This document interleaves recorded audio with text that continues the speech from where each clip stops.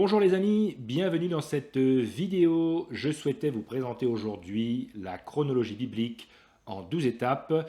Et pour ce faire, je vous invite à aller sur le site internet qu'est-ce-que-la-vérité.com et vous pourrez vous-même la regarder, l'étudier et lire toutes sortes d'articles qui est liés à cette chronologie biblique en 12 étapes. Bien sûr, c'est une chronologie résumée afin que ce soit assez court et assez simple à suivre. Mais bien sûr, il y a bien plus que 12 étapes. Alors, euh, il suffit de se rendre sur le site, de se connecter ou de vous inscrire si vous n'êtes pas encore inscrit. Une fois que vous êtes inscrit, vous allez atterrir sur cette page, mais je vous invite à aller dans cet onglet, la chronologie biblique en 12 étapes, et nous allons regarder ça ensemble. Donc, je vous ai mis ici un petit texte qui va vous renvoyer vers un lien ici qui vous explique comment les dates qu'il y a ont été calculées, d'où elles viennent et quelle est leur crédibilité. Alors pour moi, comme j'ai dit, la Bible c'est avant tout un livre d'histoire. L'histoire, ça fonctionne avec des dates. Et il ne faut pas enlever les dates, il ne faut pas enlever l'aspect historique de la Bible, sinon la Bible s'écroule et même la morale finit par s'écrouler parce que la morale est ancrée dans des récits historiques. Alors, la première chose qu'il s'est produit dans l'histoire, c'est bien évidemment la création. Dans le modèle biblique, il n'y a pas vraiment de préhistoire. On peut dire qu'il y a une préhistoire peut-être pendant les 5 premiers jours de la création, mais autrement, il n'y en a pas parce que les hommes sont créés intelligents et ils avaient les connaissances élémentaires dès le début. Et donc, c'est vrai qu'il y a eu le déluge de Noé. Nous n'avons plus les informations écrites avant le déluge de Noé, si ce n'est ce qu'il y a dans la Bible. Mais voilà, donc la création s'est produite en 5560 avant Jésus-Christ. Alors pour ça, je vous renvoie vraiment vers les articles qu'il y a dans cette section chronologie biblique et vous comprendrez comment cette date est tirée du texte biblique. Alors en fait, il faut étudier aussi bien la Bible grecque des Septante et le texte massorétique hébreu pour avoir une reconstruction au plus près de la chronologie biblique. D'autres vont présenter des dates comme 4000 ou 4200 avant Jésus-Christ, mais moi je pense que c'est celle-là qui est la bonne. Donc la création, elle est en 6 jours, et 6 jours littéraux, pas 6 jours symboliques. Il n'y a pas des triades de jours, ce n'est pas une poésie. C'est comme ça que l'Église a interprété ces premiers jours de l'histoire de la Terre, et je pense que nous devons conserver cette façon d'interpréter le texte. Il ne faut pas revoir le texte en fonction d'éléments extérieurs, il faut interpréter le texte à partir du texte.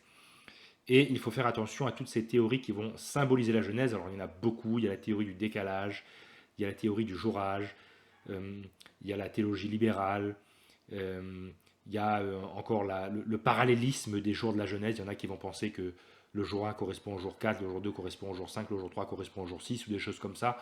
On va avoir des approches assez complexes, mais à chaque fois le but, c'est de permettre des millions d'années, et c'est de permettre l'évolution de primate à homme.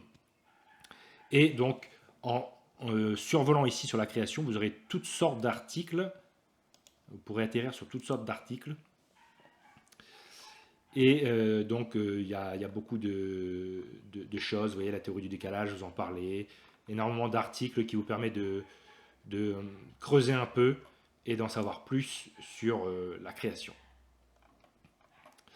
Voilà. Si je reviens ici, nous avons après en deuxième étape le déluge de Noé en 3298 avant Jésus-Christ. Donc le déluge a détruit le monde antédiluvien et notamment les dinosaures. C'est comme ça qu'on résout le mystère de la disparition des dinosaures qui étaient bien installés partout sur la planète et qui ont disparu subitement. C'est avec le déluge de Noé que cela s'est produit. Et là, pareil, il y a beaucoup d'articles sur le déluge de Noé. Alors, il faut que vous vous inscrivez pour avoir accès vraiment à toutes les sections de la bibliothèque en ligne de Qu'est-ce que la vérité. Et donc là, vous avez beaucoup d'articles qui peuvent donc édifier votre foi et vous renseigner sur bien des choses, les mécanismes du déluge, ses conséquences, parce que c'est vrai que plus on étudie le déluge, et plus on se rend compte qu'il s'agit d'un événement tectonique et volcanique très important, qui a séparé les continents, fait surgir les montagnes, et qui a fossilisé des milliards de créatures. Et seulement Noé et sa famille ont survécu, et nous provenons d'eux. Ensuite, Nous avons la naissance d'Abraham aux alentours de 2166 avant Jésus-Christ. Alors là, pareil, si vous cliquez là, vous tomberez sur un article qui étudie la date de naissance d'Abraham. Et sur le site, si vous fouillez bien dans la bibliothèque, vous trouverez bien d'autres choses sur Abraham, notamment au niveau archéologique. Pareil pour Isaac, qui est né en 2066 avant Jésus-Christ, parce qu'il est né lorsqu'Abraham avait 100 ans. Ensuite, nous avons Jacob, lui, qui est né en 2006, parce que son père avait 60 ans quand il est né. Et c'est de lui qu'est tiré le nom Israël, bien sûr. Avant Jacob, on ne parlait pas encore d'Israël. Donc il sera le père des 12 fils qui sont les 12 fondateurs des 12 tribus d'Israël. Donc nous savons que dans le livre de la Genèse, Dieu fera sa promesse à l'entreprise à Abraham, à Isaac et à Jacob.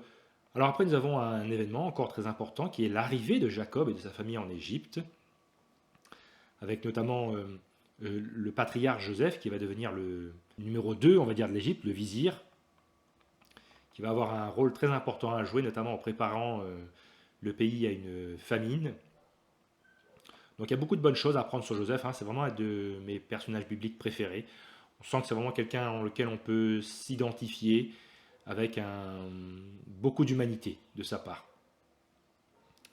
Alors après, les choses tournent mal et les Israélites sont réduits en esclavage parce qu'il y a un pharaon qui arrive au pouvoir, et c'est un pharaon qui ne connaissait point Joseph. Alors il y a un article là-dessus, sur le pharaon qui ne connaissait point Joseph. On pense que c'est un pharaon qui a repris l'Égypte aux Hyksos, qui avaient eux-mêmes envahi l'Égypte et qui avaient, on va dire, pris le pouvoir au pharaon qui avait connu Joseph. Et effectivement, quand un nouveau pharaon est venu reprendre le pouvoir en Égypte, eh bien celui-ci ne connaissait plus Joseph. Et le pharaon, ce pharaon-là a eu peur que les Israélites s'allient avec les ennemis de l'Égypte. Et donc ils ont été réduits en esclavage. Donc ça a bien fait l'affaire des Égyptiens parce qu'ils avaient une main-d'œuvre qui se chiffrait en millions, et tout cela gratuitement.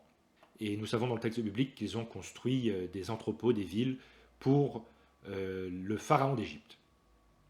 Il y a d'ailleurs un article qui identifie le pharaon de l'oppression et le pharaon de l'exode, parce que ce sont des pharaons différents, et cela est très intéressant à découvrir. Donc je vous laisse cliquer à chaque fois sur les liens, notamment ici, si vous tapez sur l'exode d'Égypte, qui s'est produit en 1446 avant Jésus-Christ. Donc encore une fois, pour vraiment comprendre toutes ces dates-là, je vous renvoie au site internet et à la section que je vous avais mis tout là-haut.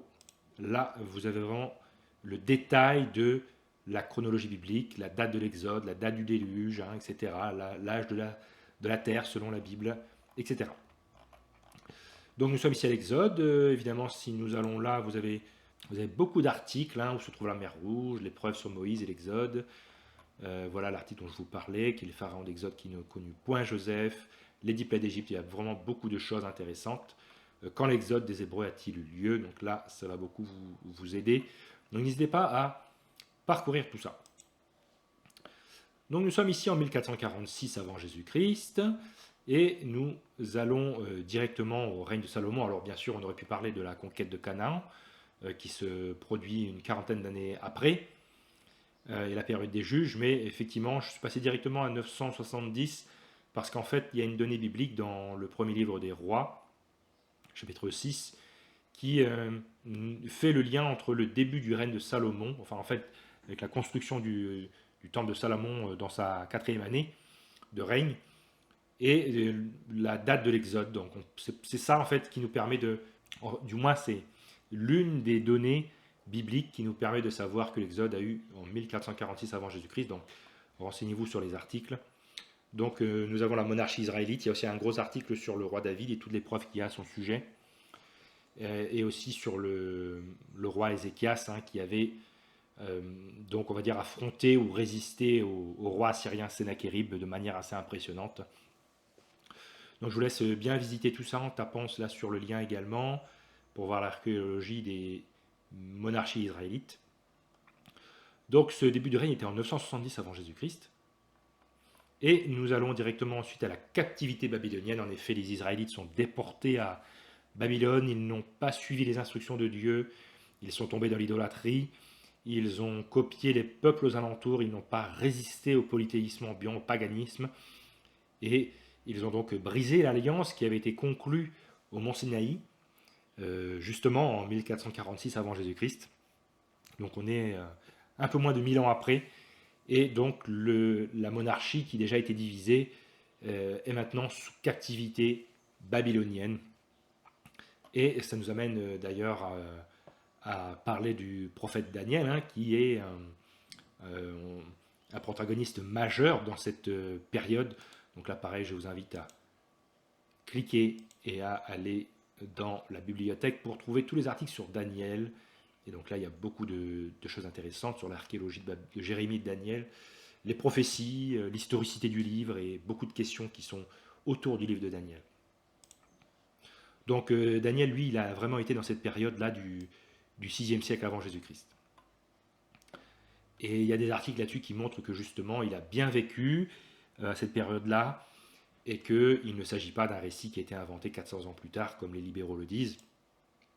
Parce qu'il y a des détails de témoins oculaires dans le livre de Daniel qui n'auraient pas pu être connus des siècles après. Et on en a la preuve avec les historiens grecs comme Hérodote, qui ne savait pas qui était le dernier roi en poste à Babylone lorsqu'elle a été prise, parce qu'il a écrit des années, des siècles après l'événement. Et Daniel, lui, savait qui était le dernier roi à Babylone, parce qu'effectivement, c'était un témoin oculaire. Et quand on est témoin oculaire, tout est beaucoup plus facile. Et bien évidemment, nous arrivons enfin à la naissance de Jésus. Donc il y a énormément d'articles aussi sur Jésus et le Nouveau Testament pour voir l'historicité. Et donc vous voyez que c'est très important de garder cet aspect historique, hein, parce que d'ailleurs on voit dans les chronologies de Matthieu et de Luc, enfin les généalogies, qu'il y a une généalogie là, dans Luc chapitre 3 qui remonte de Jésus à Adam. Et c'est pour ça qu'il faut vraiment garder cet aspect chronologique. Il faut garder cet aspect historique, parce que le ministère de Jésus repose entièrement sur ce qui s'est passé dans la période de l'Ancien Testament et en très grande partie dans ce qui s'est passé dans le livre de la Genèse. C'est pour ça que le livre de la Genèse, il ne faut pas le symboliser, parce que autrement le ministère de Jésus serait basé sur de la symbolique, sur des choses qui ne sont pas vraies. Et si le début n'est pas fiable, eh bien on se demande si les promesses de Jésus, elles, le seraient.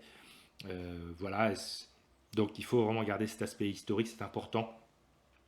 Il y a des articles sur le site qui montrent que le ministère de Jésus est entièrement basé sur le péché d'Adam et Ève, le péché originel, qui d'une certaine manière a fait entrer la mort dans le monde, hein, c'est ce qui est d'ailleurs dit dans les passages de Paul. Et donc si on dit que Adam et Ève n'ont pas existé, ou si on dit qu'ils ont existé mais que la mort existait avant eux, que la souffrance existait avant eux, que la maladie existait avant eux, qu'il y a eu des milliards d'années avant eux, eh bien nous avons des grosses incohérences. Surtout que l'approche de Jésus, c'est une approche de créationnisme terre jeune, hein, on le voit dans plusieurs passages, comme Matthieu 19 ou Marc chapitre 10, où il parle du commencement de la création. Et pour lui, les êtres humains étaient présents au commencement de la création.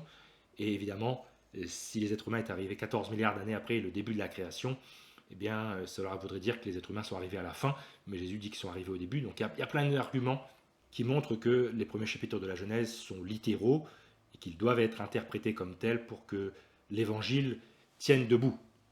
Ensuite, nous avons la crucifixion et la résurrection de Jésus en l'an 30. Alors il y a un gros débat si c'est l'an 30 ou l'an 33. Moi j'ai un article là-dessus qui, à mon sens, démontre que c'est l'année 30 qui est la bonne. Donc je vous laisse également cliquer sur le lien ici et vous aurez toutes sortes d'articles, hein, sur la naissance, la date de la crucifixion, les preuves de la résurrection, etc. Ensuite, il y a la révélation à Saint Jean. Et là également, il y a beaucoup d'articles sur le livre de l'Apocalypse. Et vous pouvez avoir confiance dans le fait que c'est bien Jean l'apôtre qui a écrit le livre de l'Apocalypse, parce que bien évidemment, il y a toujours des libéraux qui viennent remettre toutes choses en question. Et ce n'est pas un problème, parce que la Bible est critiquée, il faut qu'elle soit critiquée pour qu'elle soit éprouvée, pour qu'elle ressorte blanchie. Et il y a eu beaucoup d'études sur le Nouveau Testament, beaucoup de critiques textuelles, et nous voyons que ce texte a été bien préservé et que nous pouvons donc faire confiance à ce qui est à l'intérieur. Donc là, pareil, vous découvrirez dans la bibliothèque toutes sortes d'articles importants qui viennent le démontrer. Petite présentation des sections de la bibliothèque. Vous avez donc des enseignements bibliques, beaucoup de choses, sur toute la partie paradis, enfer, âme et esprit, les prophéties de Daniel et le livre de l'Apocalypse qui est disséqué en long et en large, pareil, les prophéties de Daniel, beaucoup de questions autour de Dieu, la chronologie, la fiabilité et la préservation de la Bible, on en parlait, énormément d'articles là-dessus, sur les contradictions qui sont avancées par les critiques, tout ce qui est archéologique et historique, livre de la Genèse, Déluge, Exode, vous voyez, plein de bons articles pour vous, et surtout les sujets scientifiques, la création, l'âge de la Terre, le dessin intelligent, Adam et Ève, les dinosaures, le déluge, beaucoup de choses pour vous, afin que cela puisse vous aider, renforcer votre foi, et que vous puissiez vous-même la défendre et la présenter aux gens autour de vous, aux gens qui sont ouverts et qui ont des questions sincères. Donc voilà, n'hésitez pas à vous renseigner sur toutes ces choses. Il y a beaucoup de choses, vous pouvez même avoir les articles en version papier, je vous laisse regarder dans cette section-là. Vous avez les podcasts également, et une section derniers articles. Et voilà. Si cela vous intéresse, n'hésitez pas à vous rendre sur le site qu'est-ce que la vérité.com où vous trouverez également le lien dans la boîte de description. Vous pouvez également contribuer si vous le souhaitez. Il y a beaucoup de choses que vous pouvez faire pour aider ce ministère. Si vous savez dessiner, utiliser Photoshop, faire du montage vidéo, créer des vidéos animées, vous pouvez me contacter. Vous trouverez mon adresse email. Idem, si vous souhaitez soutenir financièrement, parce que c'est un travail énorme, le ministère de qu'est-ce que la vérité.com, vous pouvez vous abonner pour une somme extrêmement faible, et cela aidera le ministère, votre petite contribution aidera grandement le ministère. Donc je vous laisse prendre connaissance de tout ça. Visitez donc la bibliothèque du site, et vous y trouverez beaucoup de ressources qui peuvent donc vous renseigner sur beaucoup de sujets qui vont de la création à l'Apocalypse. Donc voilà, je vous dis à très bientôt. N'hésitez pas à mettre des commentaires, n'hésitez pas à vous abonner à la chaîne. Et je suis à votre disposition, bien évidemment. Bénédiction en Christ, à bientôt.